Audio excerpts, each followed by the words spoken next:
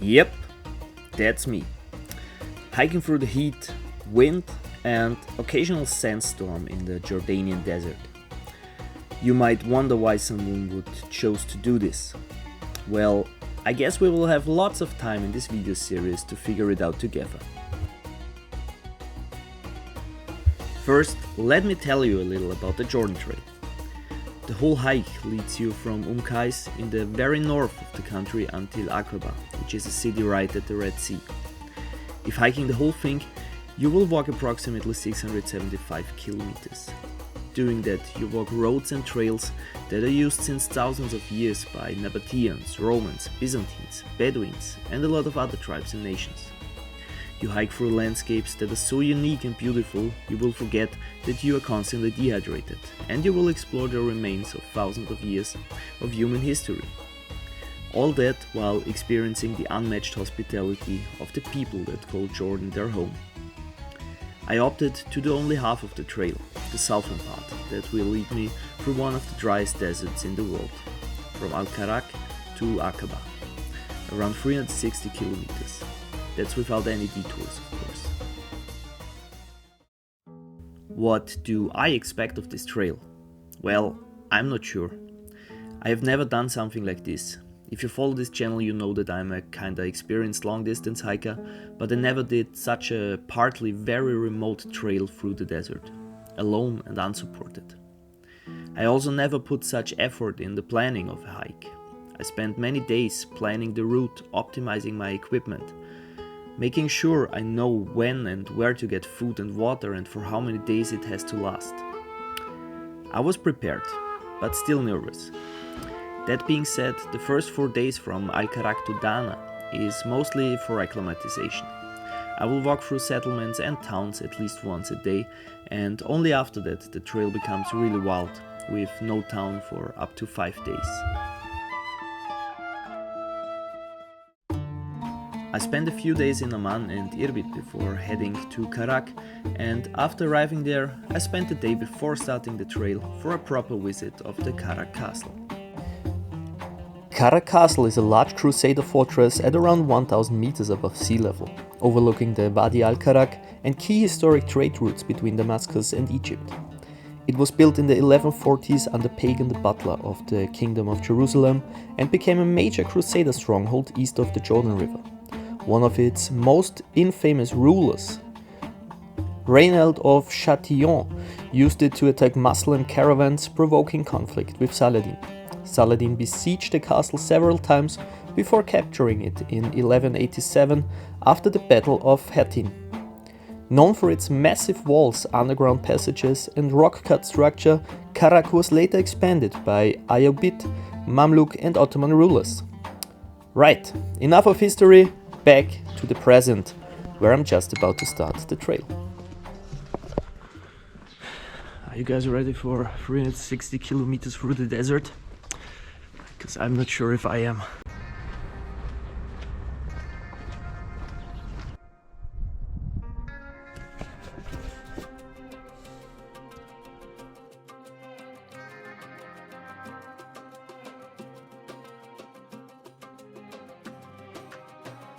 I was really nervous, but getting the first views and the first sights of wildlife, it turned into excitement. And as I said, there was no real reason to be nervous. I prepared very well. I will pass plenty of towns the next few days, so no worries, Chris, you got this.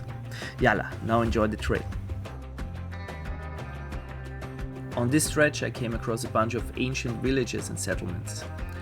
Ainun Heritage Village preserves traditions that date back centuries, rooted in the agricultural life of southern Jordan. The village reflects a way of living shaped by Asian trade routes and the shifting influences of Nabatean, Roman and later Islamic cultures that passed through the region.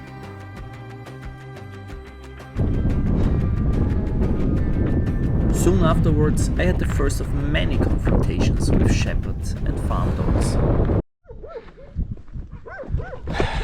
So first dose of adrenaline. These dogs were a bit too protective, I'd say, for my taste at least. I was passing this farm and first they were barking but still lying on their on their bellies and pretty easy. But for some reason, as soon as I passed, they started running after me and came pretty close with their teeth out and stuff, barking very loudly, aggressive, very close. There are 5 of them. So yeah, what I did is like try to keep walking and like scare them a bit away with my sticks. Usually I already pick up stones before I approach such a pack of dogs. This time I didn't, because I totally read them wrong. I thought they are cool, but they aren't. Already at the first refill point. This is a little cistern. Yeah. I'm actually still have enough water with me, but I wanted to stop here just out of curiosity. I just tried to move the stone, and I'm not the weakest, but this stone is not moving. Also, there is no bucket attached to the ropes, and the ropes are quite short. But yeah, okay, there should be another one as well. Let's find this one.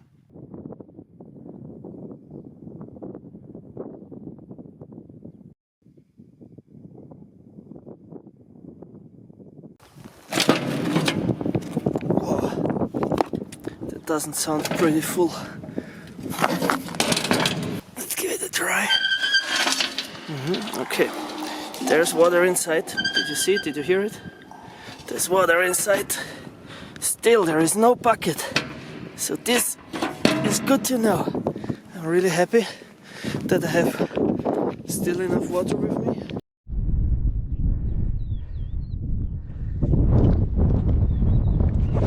So what you can see in the distance is the Dead Sea, or the salinas, where they get the salt out of the sea for industrial uses. It's part of the Great Rift Valley. If you don't know what it is, look it up. It starts a bit north from here and goes all the way down until, I think, Ethiopia, Kenya, and is the reason why some of the most amazing places on earth, like the Dead Sea, exist. Also, a bit north from here, at the Dead Sea, is the deepest terrestrial point of this world. And this is actually very, very far down. I'm at the moment at about 1,100 meters above sea level, and the Dead Sea is more than 400 meters below sea level. So we're looking like 1.5 kilometers down at the moment. Wow.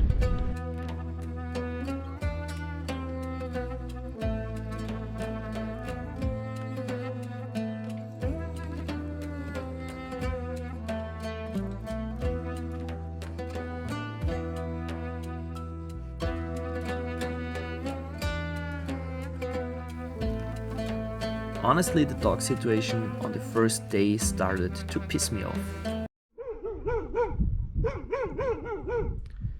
So the trail marking and also my GPS. No, also my GPS says that I need to go where the barking dog is. I really don't want to do that. Oh, fuck me. Let's go. Kept barking, but also kept his distance. Suddenly I was in the backyard of this house, but it's still the right trail.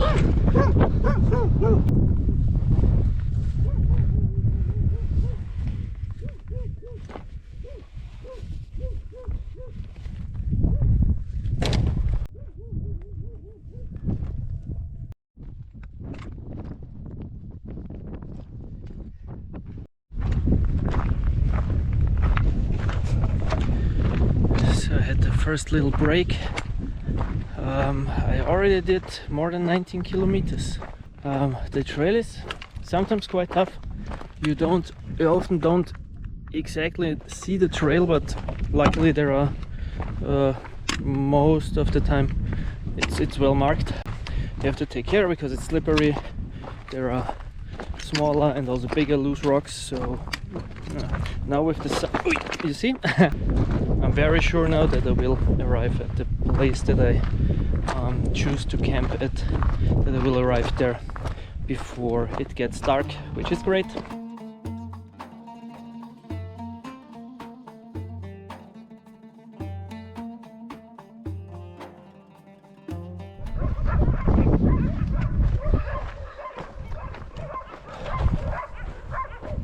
Oh, these dogs were so annoying, they were circling me.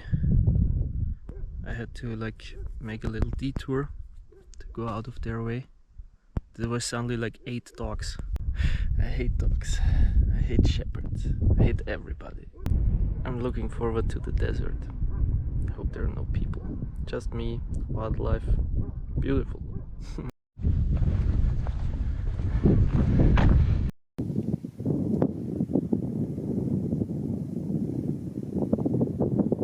So I went to the little market here. They have like very little stuff, so better stock up somewhere else. But very nice guy. I got some more water. I got some whatever lemonade this is. I think half of the children or the youth of this town are subscribing now to my channel, and so should you. So that was really lovely. Spoke to many people, most of them children actually. Yeah, super sweet. I got some water, like also from the supermarket, but they also gave me some water. I got invited so often, but I didn't want to you know, tell those people yes and the other people no, so I declined all of the invites. Just as I left this town, I remembered what lies actually ahead of me, because look at these guys. Holy shit. If you follow this channel since some time, you already know that I love animals and plants and volcanoes and stuff like this. I also love deserts. Like really, I've spent a lot of time in various deserts and I'm really looking forward to explore this.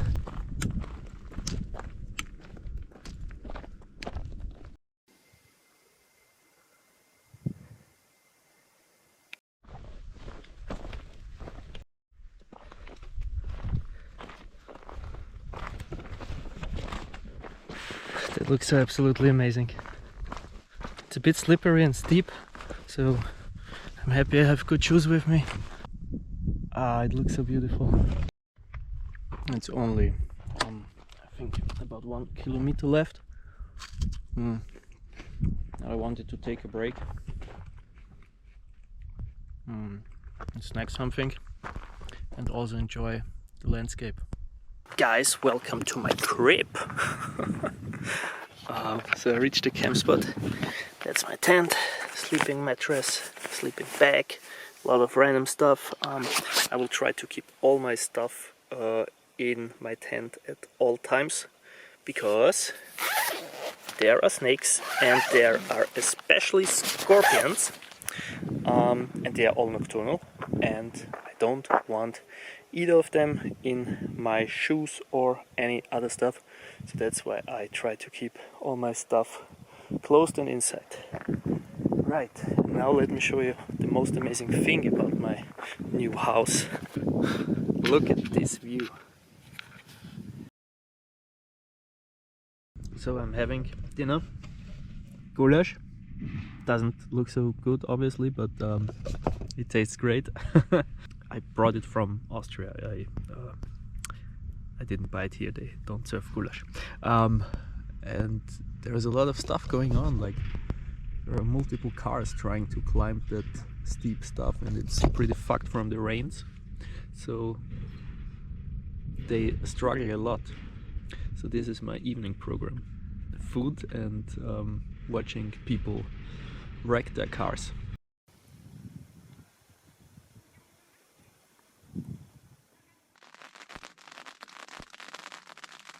Can you hear that? It's actually raining.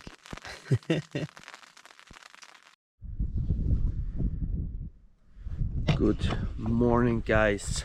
What a beautiful, beautiful morning.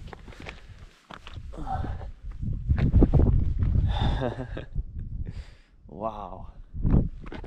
Holy shit.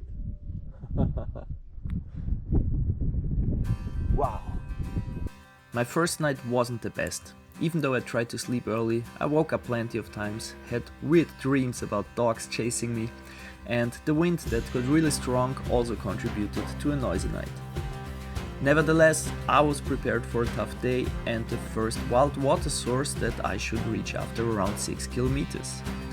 Being the first one on the hike, I was really curious how the water situation would be. Will it be clean? Will it be enough? Will there be actually water?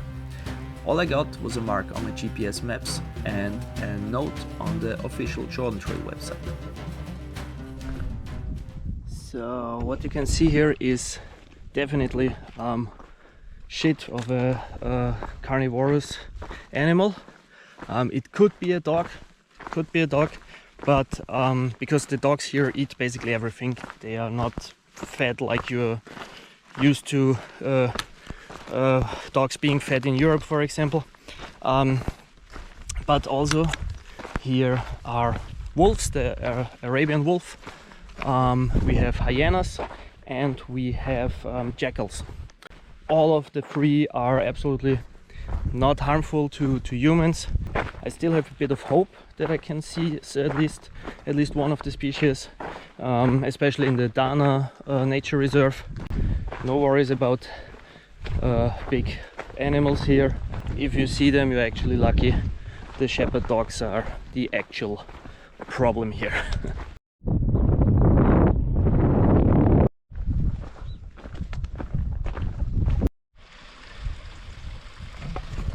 There we go, guys. Some nice water.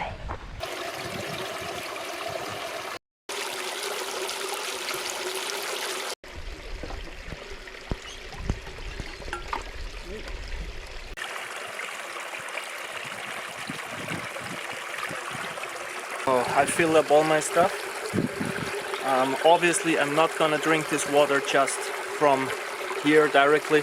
I have a filter bottle with me. I didn't expect a proper river crossing, to be honest, here. But look at this.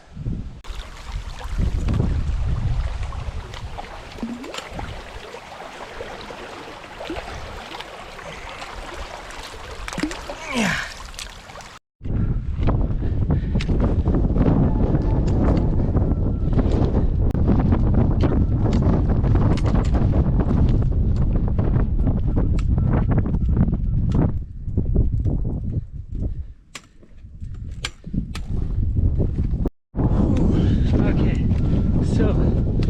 Invited for some chai by some guys. We had a very long conversation. I actually thought I stopped only for a couple of minutes, but it was nearly an hour, I think. And also what is pretty tricky is that there are not so many signs or good visible signs. I mean, now I think I got the track again, but I lost a lot of time. I struggled to find the right path. Anyway, it looks really beautiful here. Very cool stone formations.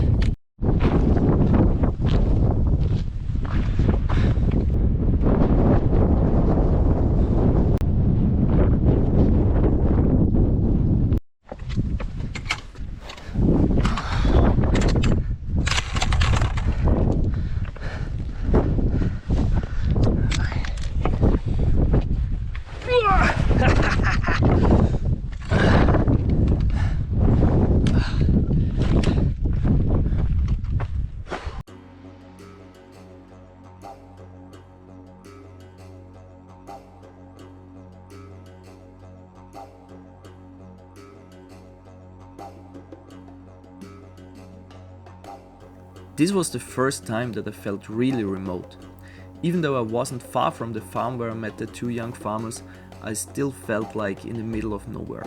The harsh weather with strong wind, nowhere to hide from it, contributed to that feeling.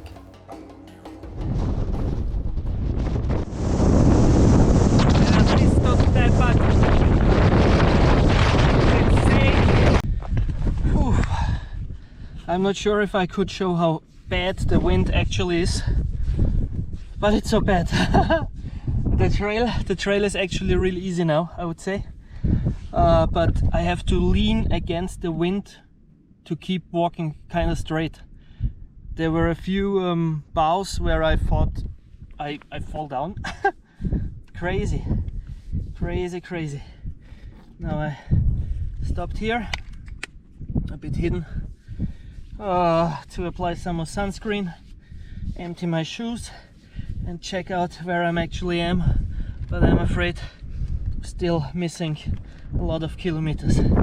Over time, this wind drained my energy and I wasn't sure where to sleep, because I don't even know how to set up my tent in wind like this, and besides that, even if I was able to set it up, the noise it would make during the night would keep me from sleeping, so I was looking for other options. So I'm thinking about sleeping in this house, but if you can hear it, I mean, it's still a bit windy, it's very loud, it's very dirty on the floor everywhere. I have 2.5 kilometers until the street left. I don't think I can pitch my tent somewhere outside because the wind is crazy. I wouldn't sleep a minute. Luckily, sometimes on the trail, good things just happen. Guys, what a day. Whoa. Give me a second, maybe I'll take a shower and then I'll tell you the story.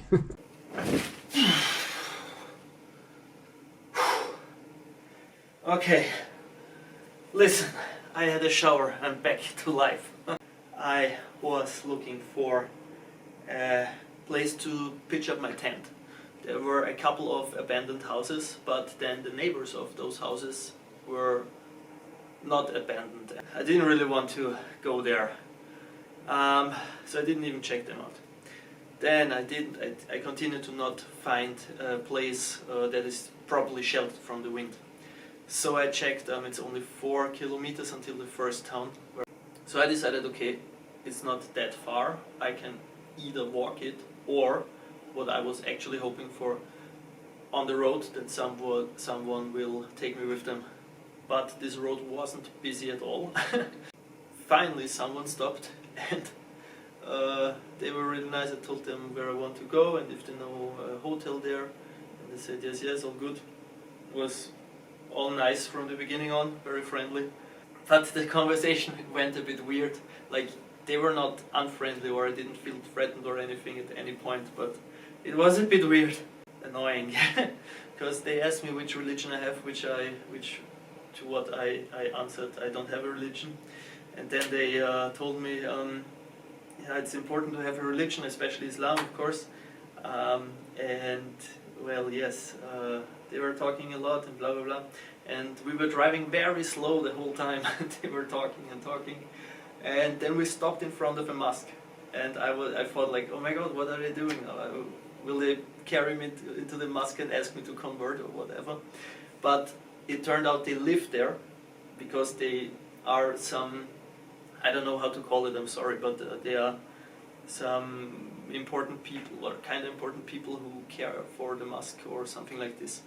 And they brought out some coffee and some dates, and very nice, they gave me something. And then they brought me to the hotel and we took pictures, and they gave me a perfume as a present.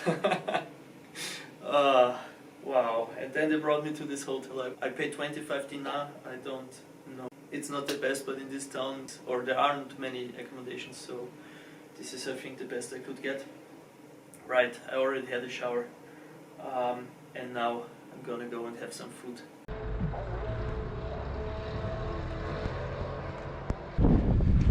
Back at business. That's the hotel where I stayed. The stage starts a few kilometers along a road which edges are sadly covered in trash.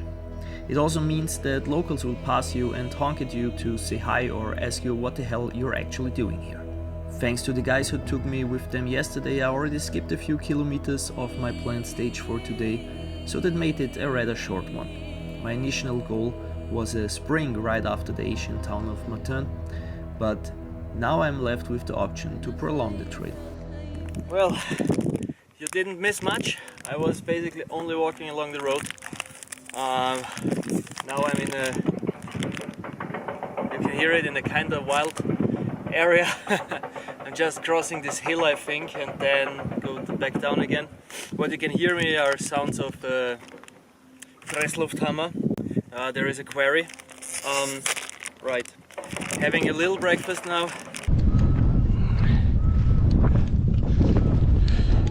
So the wind is back, not as bad as yesterday, but still very annoying. And it's also quite hard to find the trail here. Quite happy that I have my GPS with me.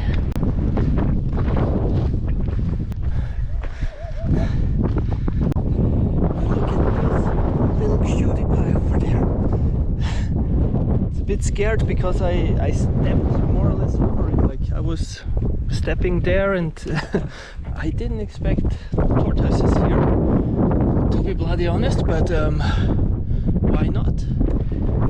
I'm not sure if you can see it, but right there is the tiniest baby tortoise I've ever seen. Oh my god, now I'm scared to even walk here. Don't want to step on any of it. It's so small. I will put a coin next to it so you can see it, how small they are.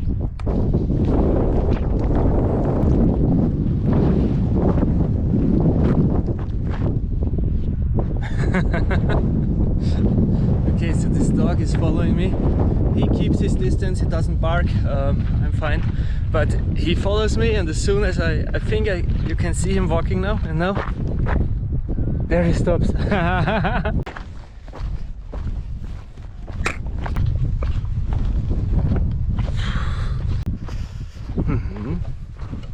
Also, I gotta cross the road through this little tunnel now.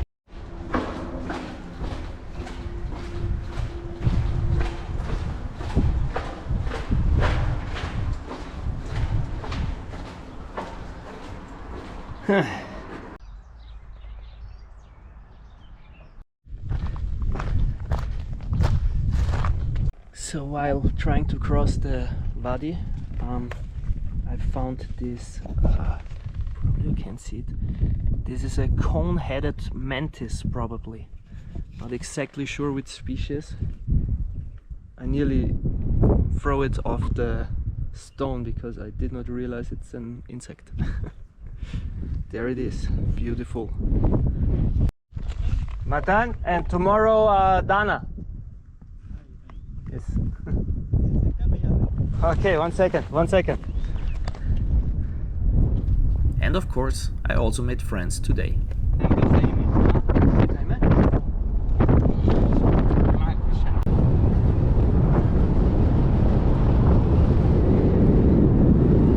Okay, I'm in the Matan visitor village now. As you saw, the guy I just met, he showed me a bit around. Everybody here thinks I'm crazy because I'm walking. Matan Heritage Village reveals the quiet rhythm of village life, where simple stone homes and hand-built terraces tell stories of self-sufficiency and survival. It's a brief pause in the past before the path leads back into the wild. I reached the spring, also met a guy here. Had another nice chat. Freshest spring water, you can drink it directly from there. Amazing. I filled up all my water, which is now 5.5 liters, because that's the last source of water until Dana tomorrow. And yes, I will go down a little bit because I have nearly 3 or more than 3 hours of sunlight left. Tomorrow is a tough trail, 600 meters down, 900 up.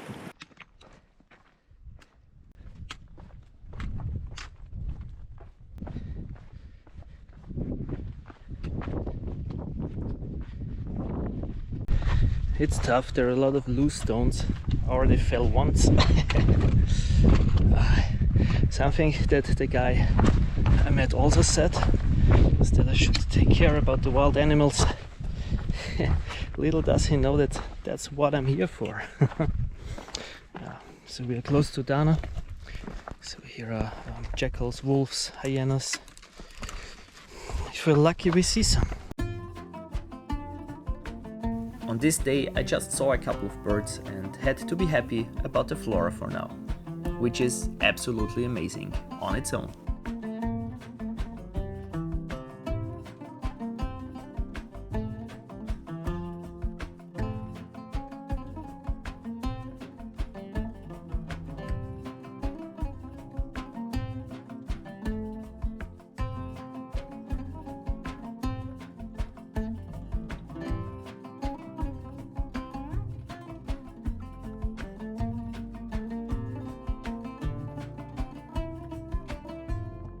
I hope I can somehow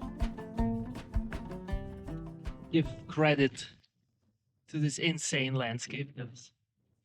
What the fuck? The trail is tough, I'm not gonna lie. I slipped multiple times. Once I fell. Still trying to find something where there is no wind so that I can put up my tent there, but still I'm not in a hurry. It's 10 to 4. Sunset is at 6:30 around that time, so easy.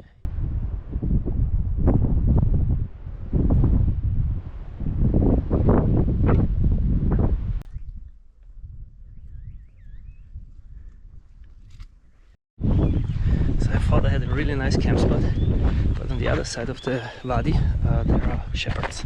One of them told me it's not a good place, for which reason ever. He said I should come over. I'm going down in the wadi and then up a bit again. I really hope to have something nice for me, like a shed or something, or a little hut to sleep, and or maybe some food. I take both. Because that was actually a nice spot with a view, a bit windy, also with phone connection, so I could text my family. Well, okay, so let's go down there.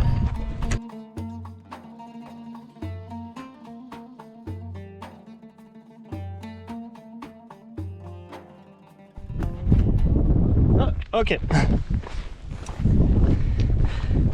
Okay, so the sheep farmer actually invited me to stay in his house. Wow, it's amazing.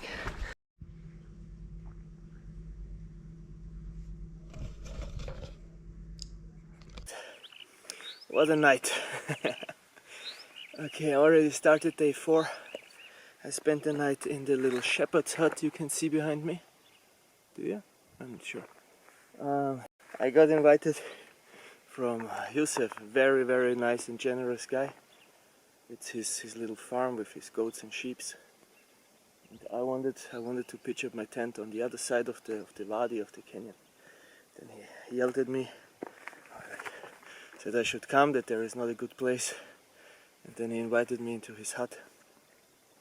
First I went with his friend to make some wood for fire, because we only took the big branches, of course, and the small branches he threw in an dried out cistern or whatever that actually was, and he threw it inside, then threw a stick with fire inside, then randomly just threw a bit of petrol in, and it was a huge fireball, and I'm very surprised to still have my beard, but close call.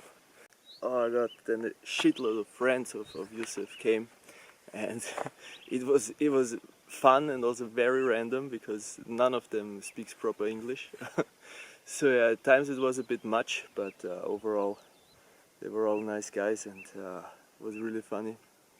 I slept in there, and now Yusuf invited me to come with him to his sheep, which are apparently in another valley, but that would be a whole day, and I can't allow myself too many pause days because I have already the flight home booked, and I'm fucking tired.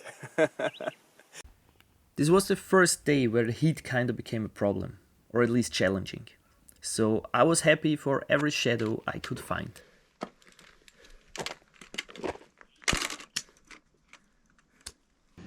Alright, breakfast time. So today, good thing is there is no wind. The bad thing is, it feels so hot because of that. I found a place in the shadows, have some breakfast and then continue. I think I already made some progress, so probably only 10 kilometers left. My mindset is a bit weird. I somehow catch some very negative thoughts. Can't get rid of them at the moment. I hate that. That's basically what I was scared of the most, being here alone. It's also a reason why I came here, kind of, but yeah. Let's talk about this another time, I think.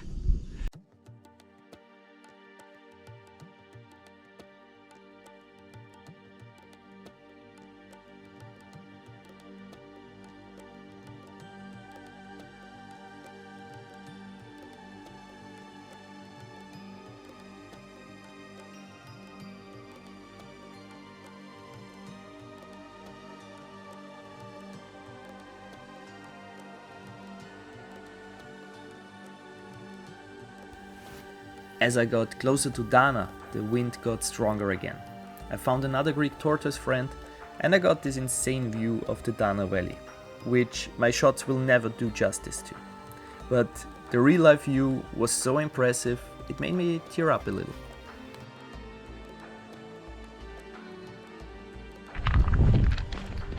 So the last part is steep and rather wild.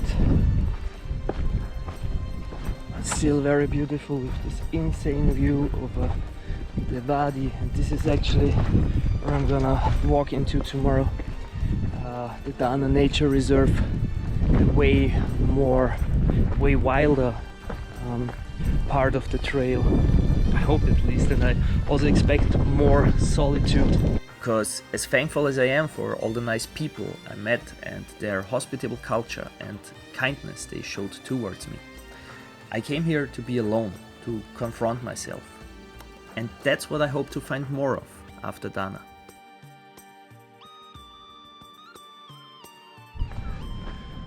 So Dana seems like a really old town. There are also a lot of ruins. I don't know if that's part of an ancient town or just whatever. But also the buildings that seem still in use look rather yeah, old sandstone houses.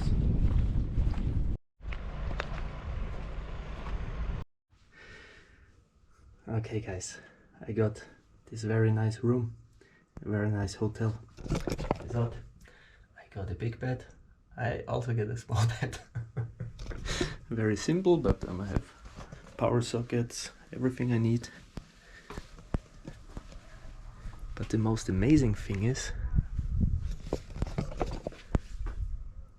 look at this fucking view. Okay guys, I had a shower, which was very nice. Now I'm enjoying my view from the balcony.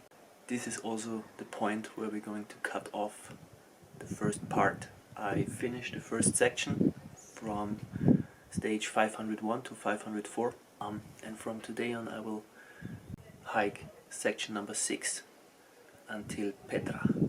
I'm really looking forward to that, and now I'm looking forward to some great lunch and later for some nice dinner. If you liked the video, as always, hit the like button, subscribe, comment if you like, what you think about the trail, if you hiked it yourself. Tell me a little bit about it, and I would really hope to see you in the next part, and until then, bye.